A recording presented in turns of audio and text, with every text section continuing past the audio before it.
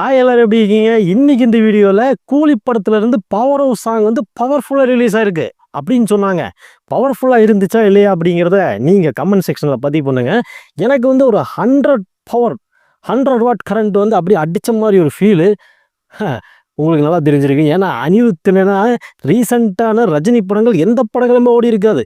அந்த அளவுக்கு அனிருத் ஒரு இம்பேக்டை கிரியேட் பண்ணியிருக்க. அப்படி ஏன் ஜெயிலர் படமே வந்து அனிருத்துனா கண்ணில் வாங்க முடியாது, அந்த அளவுக்கு தான் இருந்துச்சுன்னு நான் சொல்லலை. யார் சொன்னாங்க அப்படிங்கிறத இந்த வீடியோ ஃபுல்லாக பார்த்து தெரிஞ்சுக்கோங்க. ஸோ இப்படி தாங்க இந்த பவர் ஹவுஸ் பர்னிச்சரை வந்து இன்றைக்கி உடைக்க போகிறோம்.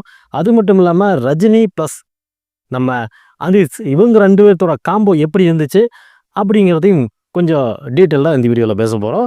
அது மட்டும் இல்லாமல் லாட் ஆஃப் சர்ப்ரைஸ் எலிமெண்ட்ஸ் எல்லாம் இந்த வீடியோக்குள்ளே இருக்குது அப்படின்னு நான் சொல்கிறேன். ஆனால் நீங்கள் இல்லை அப்படின்னு சொல்லிட்டு பாதிலே திரும்பி போயிடாதீங்க. ஃபுல்லாக வீடியோ பாருங்கள். வாங்க நேரம் வீடியோக்குள்ளே போகலாம். ஓகே, ஸ்டார்டிங்லேயே ஒரு கொஞ்சம் குதூகலப்படுத்த நான் இந்த சாங்கில் இருக்கிற ஒரு 4 லைனை மட்டும் பாடுறேன். எனக்கு ரொம்ப பிடிச்சது. உங்களுக்கு பிடிச்சிருந்ததா இல்லையா அப்படிங்கிறத கமெண்ட் செக்ஷனில் பதிவு பண்ணுங்கள். குலி பவர் ஹவுஸு என்னைக்கும் குறையாத மவுஸு, உண்மையில இலசுகளுக்கும் பெருசுகளுக்கும் பொடுசுகளுக்கும் பாமரருக்கும் குமரிகளுக்கும் ப்ளவுஸு. இந்த லைன் எனக்கு ரொம்ப பிடிச்சிருந்தது. இது எழுதுனது யாருன்னு கேட்டிங்கன்னா நம்ம அறிவு.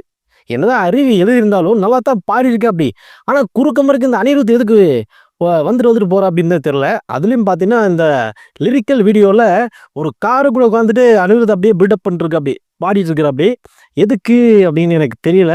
ஆனால் இந்த சாங்கோட ஃபுல் செட்டப்பும் பார்த்தீங்கன்னா உண்மையாகவே ஒரு பவர் ஹவுஸை காட்டணும். ஏன்னா எழுத்தில் மட்டும் பவர் சொந்த பத்தாது, உண்மையாகவே ஒரு ஹவுஸுக்குள்ளே போட்டு பொழந்தெடுத்து எப்படி இருக்கும் அப்படிங்கிறத நம்ம ப்ரூவ் பண்ணணும், காட்டணும் அப்படிங்கிறதுக்காக மிகப்பெரிய செட்டு மாதிரி போட்டிருக்காங்க. எதில்? கிராஃபிக்ஸில். ஒரிஜினலாக அந்த பாட்டு வந்து அப்படி வர போகிறது கிடையாது. ஒரிஜினலாக வந்து ஒரு தீம் மாதிரி இருக்க போகுது அப்படின்னு தான் நான் நினைக்கிறேன். ஏன்னா ஃபைட் சீனில் அடிக்கடி உள்ளே வந்துட்டு போகும் இந்த பாட்டு. அப்படி தான் வந்து டிசைன் பண்ணியிருப்பாங்க. நம்ம லிரிக்கல் வீடியோவில் பார்க்கறது எதுவும் உண்மை கிடையாது. அதுவும் போக இந்த வாட்சை வந்து அடிக்கடி காமிக்கிறாங்க இந்த பாட்டில். ஏன்னா இந்த வாட்சுக்கு பின்னாடி மிகப்பெரிய ஒரு சஸ்பென்ஸ் இருக்கும் போல். நாம் எல்லாம் நினச்சிருப்போம் கோல்டு தான் வந்து வாட்ச் மூலமாக கடத்தி கொண்டு வராங்க, அப்படி தான் அந்த கதை இருக்க போகுது அப்படின்னு சொல்லிட்டு. ஆனால் நான் இந்த இடத்துல ஒரு மிகப்பெரிய சஸ்பென்ஸை ரிவீல் பண்ண போகிறேன். என்னென்னா இந்த வாட்சு கூடிய வந்து நம்ம லோகேஷ் என்ன கடத்துவோம், அப்படி என்னப்பா அந்த கொக்கைன் இதெல்லாம் சொல்லுவாங்களே போதைப் பொருட்கள், அதெல்லாம் நம்மளுக்கு தெரியாது, அந்த பேர்லாம் தெரியாது. அதனால் எனக்கு அது வாயில் வரல. அந்த மாதிரி இந்த என்னப்பா போதைப் பொருளை வந்து வாட்ச் மூலமாக கடத்துறாங்களோ அப்படின்னு தான் நான் நினைக்கிறேன். பார்த்தீங்களா, எனக்கு அது வாயில் கூட வரல, அதெல்லாம் நம்மளுக்கு தெரியாது. So don't mind. Okay, so இந்த மாதிரி தான் வந்து வாட்ச் மூலமாக வந்து போதைப் பொருளை கடத்துவாங்க அப்படின்னு நான் நினைக்கிறேன். ஏன்னா சும்மா வாட்சை ஓப்பனாக போட்டால் சஸ்பென்ஸ் போயிடும். ஆனால் நம்ம இன்னும் வாட்சுன்னு நினச்சோன்னா வாட்சுக்கு பின்னாடி இவ்வளோ பெரிய இதை வந்து சஸ்பென்ஸ் வந்து வச்சுருக்கு அப்படியே லோகேஷ் அப்படின்னு சொல்லிட்டு நம்ம ஃபர்ஸ்ட் ஹாஃபில் உட்காந்து நம்ம பேசிகிட்டு இருப்போம். அதை நான் வந்து இப்போவே சொல்லிட்டேன். ஸோ இப்படி தான் இருக்குன்னு நான் நினைக்கிறேன். ஏன்னா எங்கே பார்த்தாலும் வாட்சை சுற்றி அடிக்கிறாரு நம்ம சூப்பர் ஸ்டாரு. ஸோ அப்படி தான் வந்து இருக்க போகுது. அடுத்ததா நம்ம அறிவு இருக்கார் பார்த்தீங்களா, அறிவு ரொம்ப அதிகமாக இருந்தனால சூப்பராக வந்து எழுதியிருக்காருங்க. உண்மையாக தான் சொல்கிறேன், சூப்பராக எழுதியிருக்காரு. சூப்பர் ஸ்டாரை யங் மேன் அப்படின்னு சொல்லியிருக்காரு. யங் மேன் அதை வந்து அனிருத் வந்து டக்குன்னு அது மியூசிக் மாதிரி தெரியும், உத்து கேட்டால் தான் அது யங் மேன் அப்படிங்கிற வேர்டு உங்களுக்கு புரியும். அப்படி பண்ணியிருக்கா அப்படி நம்ம அனிருத். அப்புறம் என்ன சொல்லியிருக்காரு, அரங்கம் மத்திரட்டுமே விசில் பறக்கட்டுமே. ஆனால் சூப்பருங்க, இந்த 2 லைனுமே பயங்கரம். அதுக்கப்புறம் குழந்தை சிரிப்பில் பேசுதா, இமயமலை போல மாசுதா, அது வந்து இவருக்கு மட்டும்தான் எழுதுனா நம்ம சிரிக்காமல் கேட்போம். இந்த மாதிரி லைன்ஸ் எல்லாம் போய் நம்ம சிவகார்த்திகேயனுக்கோ இல்லை தனுஷ்கோ போட்டால் சிரிச்சிட மாட்டோம். ஆனால் பையன் கரெக்டாக தான் யூஸ் பண்ணியிருக்கேன் அப்படி. அப்புறம் குலி பவர் ஹவுஸு எப்படி ரைமிங் சூப்பராக பண்ணியிருக்க. அப்படி இல்லை, அனிருத் யாருங்க, நம்ம பையன். அடுத்து பரட்ட பவர் ஹவுஸு கன்னத்த கண்ணும் 2 ரவுஸு, இதெல்லாம் நல்லா கேட்சியாக எழுதியிருக்கு அப்படி நம்ம அறிவு. சரி, சூப்பராக தான் இருக்குது லைன்ஸை கேட்குறக்கும். அப்புறம் மலைகள் ஒதுங்குமே, உலகம் உலருமே, உலகம் உருடுமேன்னு சொல்லி போட்டிருக்கலாம், நல்லா தான் இருந்திருக்கும். ஏன்னா சூப்பர் ஸ்டாருக்கு எழுதுறது இல்லை, எப்படி எழுதினாலும் நம்மளை ரசிக்கத்தான் போகிறோம். அவ்வளோதான், இதே தான் அரங்கம் மதிரட்டுமே. அப்புறம் அந்த என்னோட மை ஃபேவரெட்டு என்னது, உண்மையில இலசுகளுக்கும் பெருசுகளுக்கும் பாமரருக்கும் குமரிகளுக்கும் லவ்ஸே அப்படின்னு சொல்லிட்டு நம்ம அறிவுபூர்வமாக எழுதியிருக்காரு. கேட்குறக்கு லைனிங் சூப்பராக இருந்தாலும் அதை நம்ம அனிருத் அவர்கள் அப்படியே அந்த மியூசிக்கில் அந்த டோனில் பாடுறதெல்லாம் வந்து நல்லாவே ஒர்க் அவுட் ஆயிருக்கு. ஸோ பிளாஸ்ட் பண்ணிட்டானுங்க நம்ம பசங்க. சூப்பர் ஸ்டாருக்குனே அளவு எடுத்து தைச்ச மாதிரி அளவு எடுத்து கம்போஸ் பண்ண மாதிரி வந்து அனிருத் வந்து சூப்பரான 5 படத்தில் 5 பாட்டு போட்டிருக்காரு ஸ்டைலிஷாக. என்னதான் வந்து இளையராஜாவாக இருக்கட்டும், நம்ம தேனிசை தென்ற தேவாகட்டும், ஏஆர் ரஹ்மான் ஆகட்டும், அவங்கெல்லாம் ஒரு ஸ்டைலில் வந்து சூப்பர் ஸ்டாருக்கு ஸ்டைலான பாட்டு போட்டாலும், நம்ம அனிருத் அவர்கள் வந்து இன்றைய ட்ரெண்டுக்கு இன்னைக்கு இருக்கிற 2K கிட்ஸ் 90s கிட்ஸ் நம்மளுக்கெல்லாம் பிடிச்ச மாதிரி வந்து 5 பாட்டு சூப்பராக போட்டிருக்காரு. அது என்னென்ன பாட்டு அப்படின்னு நீங்கள் கேட்டிங்கன்னா, வாவ் இதை நம்ம பிளேலிஸ்ட்டில் வைக்கலாமே அப்படின்னு சொல்லி உங்களுக்கு தோணும். ஆல்ரெடி நீங்களாம் கேட்டு கேட்டு காதில் ரத்தம் வந்திருக்கும். அந்த மாதிரி பாட்டு தான். எந்த பாட்டுனா, பேட்டை பரா காதில் ரத்தம் வந்ததுன்னா, இது வந்து என்ன சொல்கிறது, ஆனந்த கண்ணீர் சொல்லுவாங்க பார்த்தீங்களா, அந்த மாதிரி ஆனந்த ரத்தம். பேட்டை பராக் தர்பாரில் வந்து தனிவடி அந்த சாங் கேட்டிருப்பீங்க, சூப்பராக இருக்கும். அது மட்டும் இல்லாமல் ஜெயிலரில் ஹோ அப்படின்னு சொல்லிட்டு வரும் ஹுக்கும் சாங். ஓகே, அடுத்தது வந்து வேட்டையனில் ஹண்டர் ஒன்டார் சாங்கு. அதெல்லாம் என்ன சொல்கிறது, நம்ம பிளேலிஸ்ட்டில் போட்டு தேய்ச்சிருப்போம். ஸ்பாட்டிஃபை அலர்னு வச்சு, டேய் உனக்கு வேறு பாட்டே கிடைக்கலையா, ஏன் இந்த பாட்டு டெய்லி கேட்டிருக்கு அப்படின்னு சொல்லிட்டு. அப்புறம் இப்போ ரீசெண்டாக கூலியில் பவர் ஹவுஸ் வந்து ஒரு 2 டைம் தான் கேட்டோன்னே நான் ஃபஸ்ட்டு ஒரு 4 வரி பண்ண பார்த்தீங்களா, அது இப்போ வரைக்கும் ஓடிட்டே இருக்குது. இந்த ரயில்வே ட்ராக் மாதிரி சடக்குன்ட்டு அடிக்கடி வந்து ட்ராக்கில் போயிட்டே இருக்குது. இப்படி தாங்க அனிருத் அவர்கள் வந்து ரஜினிக்கு சூப்பராக பண்ணியிருக்காப்பி. ஏப்பா சொந்தக்கார பையன் அப்புறம் நல்லா பண்ணாமல் என்ன பண்ணுவார், தூக்கி போட்டு ஊஞ்சிட மாட்டார் அப்படின்னு என் ஃப்ரெண்டு சொன்னான். அதெல்லாம் உண்மை கிடையாது. உண்மையாகவே சூப்பர் ஸ்டார்னு சொன்னாவே எல்லாருக்கும் ஒரு எனர்ஜி வந்துடும். அந்த மனுஷன் நடந்தா, பார்த்தா, பேசினா, என்ன சொல்கிறது, மொத்த உருவமே ஒரு ஒரு எனர்ஜி கொடுக்குற ஒரு கண்டென்ட்டு. அந்த மாதிரி நம்ம தலைவருக்கு மியூசிக் பண்ணுறோம் அப்படின்னா, சூப்பர் ஸ்டார் யாருன்னு கேட்டால் சின்ன குழந்தை சொல் அப்படின்னு சும்மாவா சொன்னாங்க.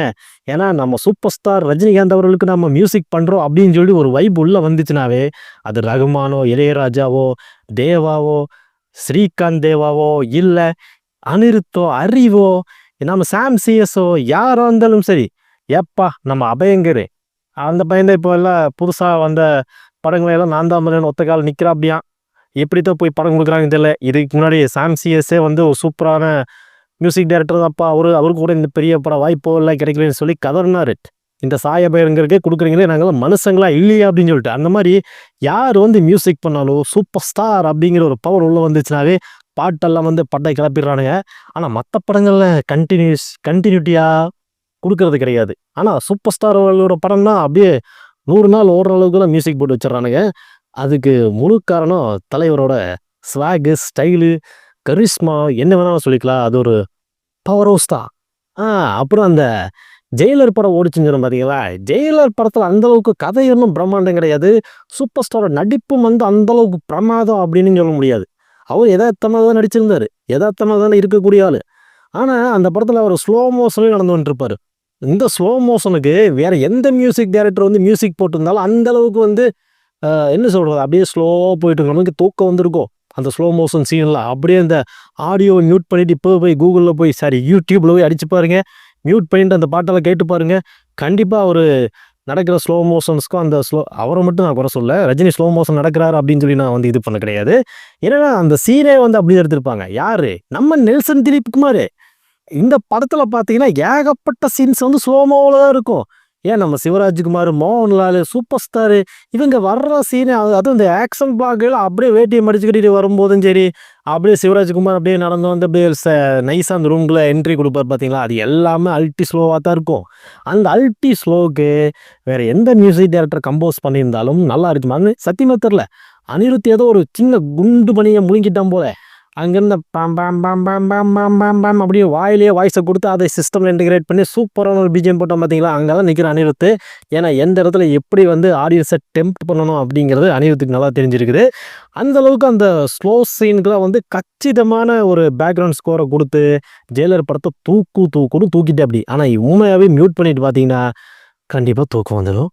ஏன்னா அந்தளவுக்கு ஒரு எக்ஸாம்பிளாக வந்து நம்ம அனிருத் வந்து இருக்கிற அப்படி ரஜினி படங்களுக்கு சூப்பராக ஒர்க் பண்ணுற அப்படி. அந்த மாதிரி தான் வந்து இந்த கூலி படத்தில் நம்ம ஆல்ரெடி என்ன பாட்டுப்பா, மோனிகா பெல்லுச்சி அடிச்சு போகிறீங்க. ஹாலிவுட்டில் சூப்பரான ஆர்டிஸ்ட்டு, பயங்கரமான ஆர்டிஸ்ட்டு. ஏன் பயங்கரமான ஆர்டிஸ்ட்டு அப்படின்னு நான் சொல்கிறேன்னு உங்களை நிறைய பேருக்கு தெரிஞ்சிருக்கும். தெரியாதவங்க யாருன்னு போய் சர்ச் பண்ணி பாருங்கள். அவங்களோட படங்களெல்லாம் பார்த்து இன்ஸ்பயர் ஆகிட்டாங்க நம்ம பசங்க 2 பேர் யாரு? அனிருத்தும் நம்ம லோகேஷ் கனகராஜ் அவர்களும். 2 பேருமே வந்து மோனிகா பெல்லுச்சியோட தீவிரமான ரசிகர்களாம். அதனால அவங்க நேர்ல தான் பார்க்க முடியல. அவங்கள வச்சு படம் தான் பண்ண முடியல. சரி நம்ம இந்தியாவோட மோனிகா பெல்லுச்சி யாரப்பா?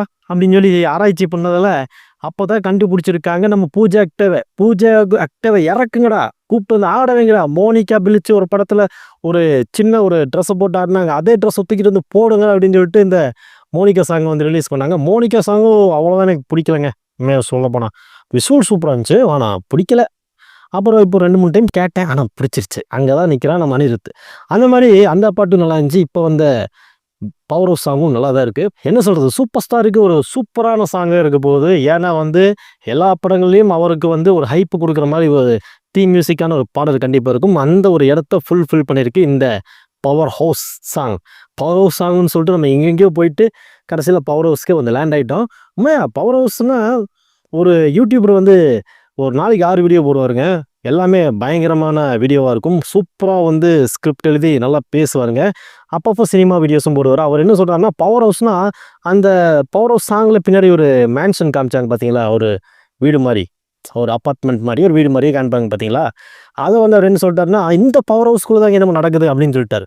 ஏப்பா பவர் ஹவுஸ்ன்னு மீன் பண்ணது சூப்பர் ஸ்டார் ரஜினிகாந்த் அவர்களை, நீங்கள் என்ன அந்த பில்டிங்கை பற்றி பேசிகிட்டு இருக்கீங்க. ஸோ இந்த மாதிரி தான் வந்து டீகோட் பண்ணுறங்கிற பேரில் நிறைய பேர் பண்ணுறாங்க. சரி பரவாயில்ல, அவங்க சப்ஸ்கிரைபர்ஸ் ஜாஸ்தியாக இருக்குது, அவங்க ஆடியன்ஸ் அதை ஏற்றுக்குவாங்க. இருந்தாலும் நம்ம இப்போ தான் வளர்ந்து வரோம், அதனால் நம்ம உண்மையை பேசணும்ல. நம்ம கரெக்டான விஷயங்களை சொன்னால் தானே ஏதோ 1-2 லைக்ஸ் விழுகிறதாவது விழுவும். சரி ஓகே, அப்படி தான். ஓகே, பவர் ஹவுஸ் சாங் வந்து பியூட்டிஃபுல்லாக இருக்குது. நீங்கள் எத்தனை பேர் இந்த பவர் ஹவுஸ் சாங் பிடிச்சி உங்களோட பிளேலிஸ்ட்டில் ஆட் பண்ணி வச்சுருக்கீங்க அப்படிங்கிறத கமெண்ட் செக்ஷனில் பதிவு பண்ணுங்கள். உண்மையாகவே சூப்பர் ஸ்டார் அவர்கள் வந்து இந்த படத்தில் பயங்கரமாக வந்து நடிச்சிருக்காரு அப்படின்னு கேள்விப்பட்டேன். ஏன்னா வந்து இதுக்கு முன்னாடிலாம் சூப்பர் ஸ்டாரை மென்மையாக சாஃப்டான ஹேண்டில் வந்து டீல் பண்ணியிருப்பாங்க. நம்ம லோக்கி வந்து லெஃப்ட் ஹேண்டு டீல் பண்ணுற ஆள். யாராக இருந்தாலும் வேலையை வெளுத்து வாங்கிடும், அப்படியே ஓட விடுவோம். அப்படி ஸ்லோ மோஷனில் கிடையாது, இங்கே ஃபுல்லாக ஸ்பீடு மோஷன் தான். ஏன்னா அந்தளவுக்கு வந்து பவர்ஃபுல்லான ஒரு ஆளு கையில் பவர்ஃபுல்லான ஒரு ஸ்டார் கொடுத்துருக்காங்க. படம் ஆகஸ்ட் 14 ரிலீஸ் ஆகும் போது எப்படி இருக்குன்னு பார்ப்போம். ஸோ மீண்டும் அடுத்த ஒரு இன்ட்ரெஸ்டிங்கான ஜாலியான வீடியோவில் உங்களை சந்திக்கிறேன். அது வரைக்கும் நன்றி, வணக்கம். இந்த வீடியோ பிடிச்சிருந்தா மறக்காமல் லைக்கை போட்டுருங்கப்பா. சப்ஸ்கிரைப் பண்ணாமல் போயிடாதீங்க. இல்லை சப்ஸ்கிரைப் பண்ணாட்டியும் பரவாயில்ல, ஒரு லைக் பட்டனை கண்டிப்பாக தட்டி விட்டு போங்க. நீங்கள் ஒரு வெறித்தனமான ரஜினி ஃபேனாக இருந்தா அதுக்கப்புறம் உங்கள் பாடு.